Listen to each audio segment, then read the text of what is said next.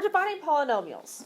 So we've been factoring, which is one way of separating out parts of the polynomial. Another way is to actually divide. We're going to go through one method today, or a couple of methods today, excuse me. The first one is if you're dividing by a monomial.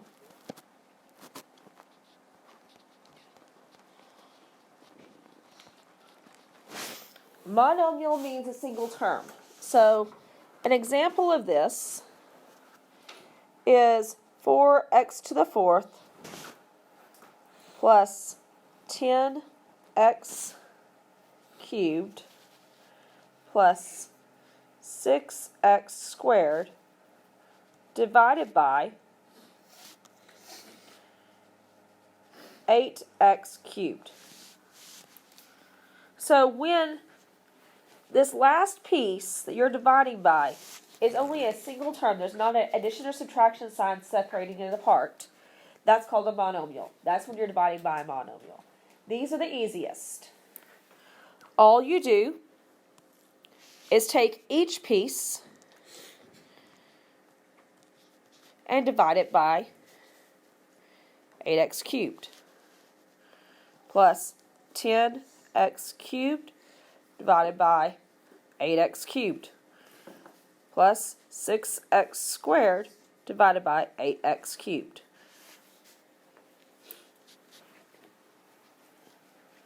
So I'm going to go over a little bit of how you divide with these. It's just like in traditional division where you cancel out.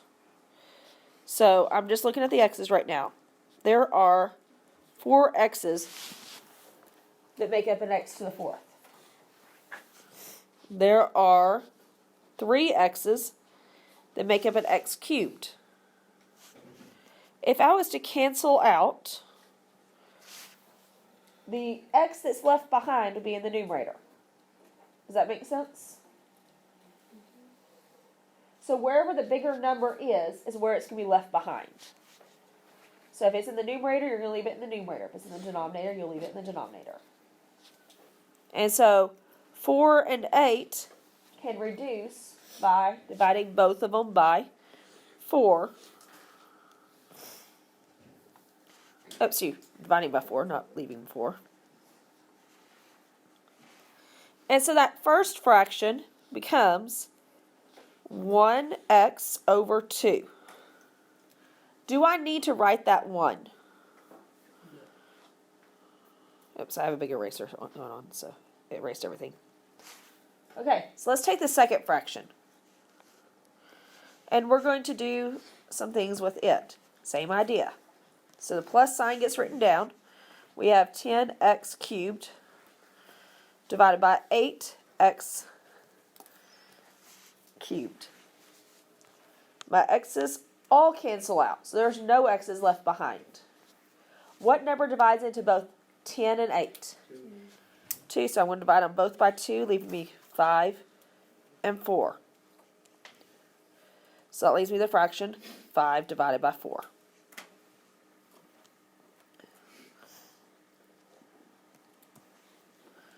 The last one is 6x squared, so that's 2 x's, over 8x cubed.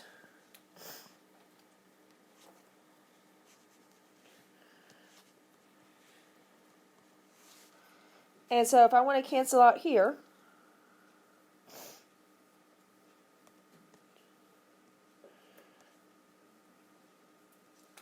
where's my x left? In the bottom. So it's going to be in the bottom of my fraction. If I was to cancel and reduce the 6 and 8, what number divides into both of those? So it would leave us 3 and 4. So 3 divided by 4x. You could end up with all of these ended up only in the numerator. That's okay. You don't have to end up in fractions. But this is a possibility. Let's revert back to 3rd grade. If I asked you to divide 34 into 3,450, excuse me, I can't write, 52, or 53, excuse me.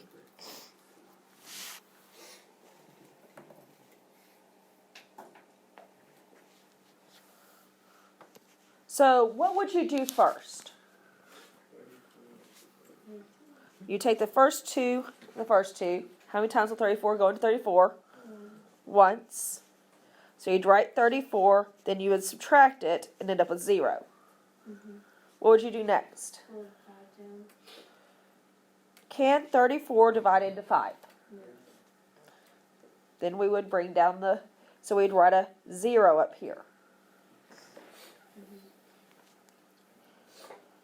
Then we bring down the 3, and 34 divides into 53 once. And we're going to subtract out 34, giving us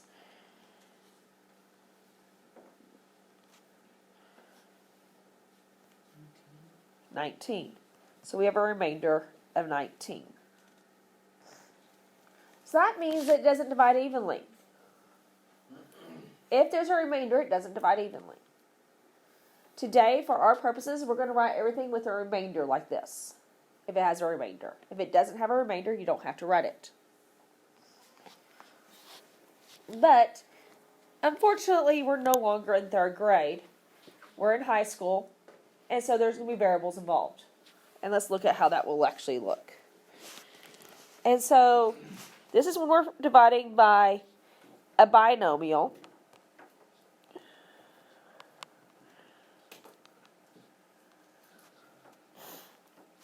And honestly, this is the method that you use if it's anything bigger than a monomial, trinomial, whatever it might be. Today, I'm making life easy on y'all. I'm giving you simple binomials. So let's start off with a problem. We have 7x cubed plus 7x squared minus 20x minus 12. And we're going to divide all of that by x plus 2.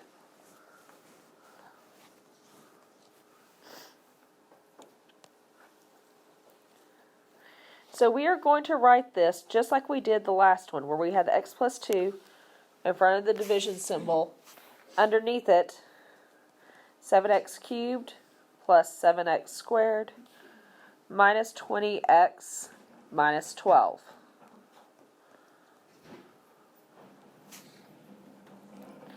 And we're going to take it 2 terms at a time. But all we need to worry about is the 7x cubed and the x.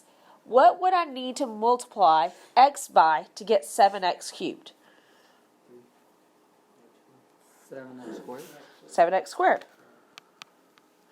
So if I multiply both of these by 7x squared, so 7x squared times x is going to give me 7x cubed. 7x squared times 2 is going to give me 14x squared. Is there basically where I get those numbers from? No. Wait, yeah.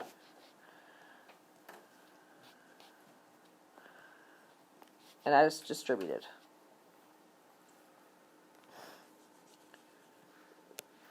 Okay, so I'm going to subtract.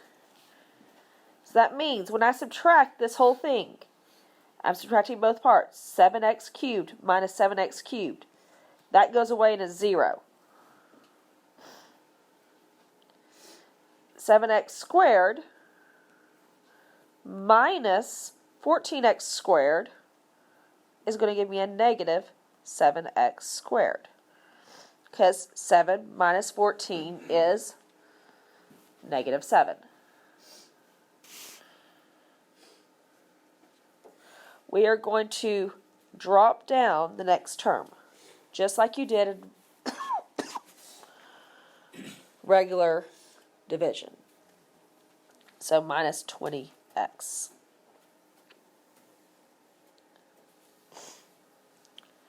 So on this one, what would I need to multiply my x by in order to get negative 7x squared? Negative 7x. So if I do negative 7x times x plus 2, that gives us negative 7x squared and a negative 14x.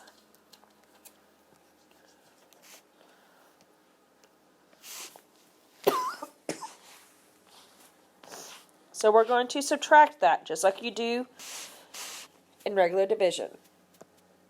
So negative 7x minus a negative 7x, that makes this like we're adding here. And that's going to be a 0. Negative 20x plus, because we're subtracting, a minus 14. So negative 20x plus 14x is a negative 6x. What do I do next? Bring it down. Bring down a negative 12. So we're going to look and see, what number can I multiply my x by to come up with a negative 6x? X times what is negative 6?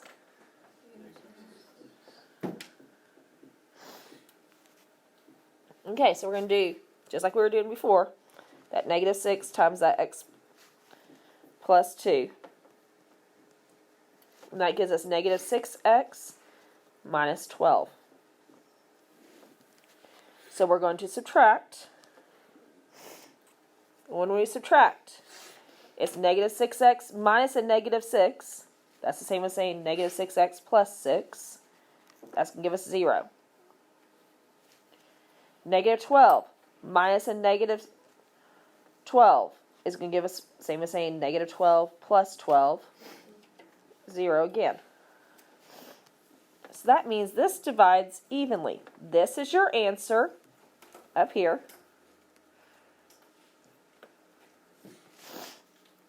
And if I ask you, is this a factor? This means that this is a factor of that polynomial. And then it's easier to factor out this than it is this. And you can factor this. This is how you can do it whenever you can't do factoring by grouping. Okay. Our last problem. We're just going to do one that doesn't divide in evenly. 4k cubed minus 49k squared plus 83k plus 63 divided by k minus 10.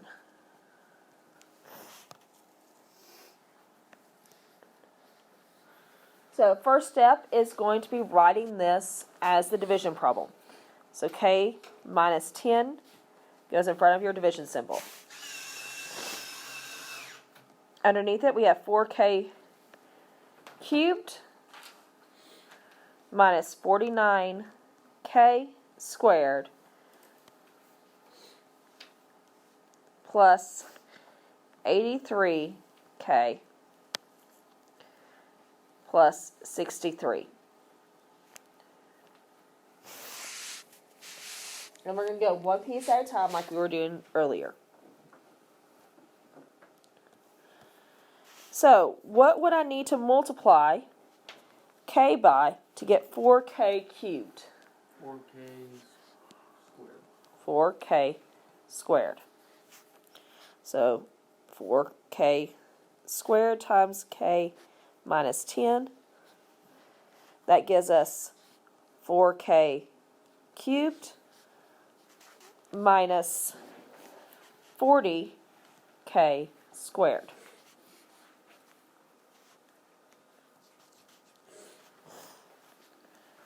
So we're going to subtract. So when we subtract, we have 4k cubed minus 4k cubed. That gives us 0.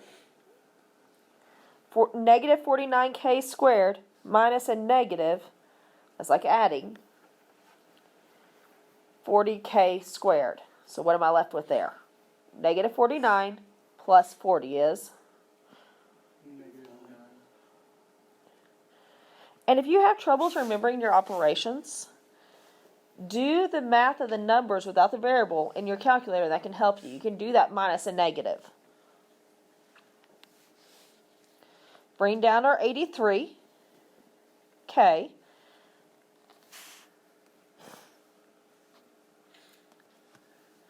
So this time, what do I need to multiply k by to get negative 9k squared?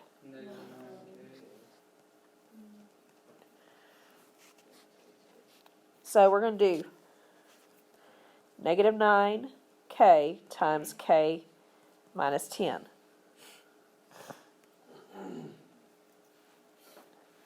That gives us negative 9k squared plus, because a negative times a positive is, or negative times a negative is a positive, plus 90k. We're going to subtract. So when we subtract, we're subtracting both things. Negative 9k squared minus a negative 9k squared. So that's like adding them. So it cancels out, giving us 0. 83k minus 90. Negative 7k. Plus 63. What would I need to multiply this time by? Negative 7.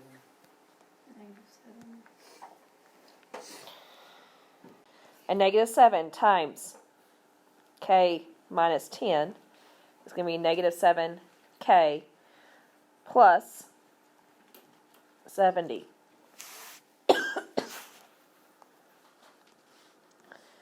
We subtract. Negative 7k plus 7k is 0. 63 minus 70 is negative 7. This is your remainder.